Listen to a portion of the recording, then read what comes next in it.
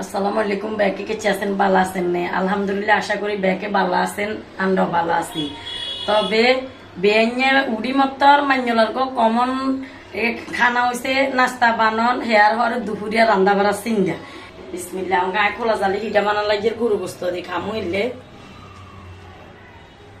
সুন্দর হয়েছে দেখছেন। আর হইলে হিটা যে খোলা যা হিটা বহু সুন্দর হয়েছে। তো ইয়ে হয়েছে মান্যলার কমন ডাইলগ কমেন্ট রান্না মানে প্রতিদিন বেঞ্ঞা কেন কেন নাস্তা বানাইতে হবো, দুপুরিয়া রানবে চিন্তা করতে হবো, বেঞ্ঞা নাস্তা করবে ওরে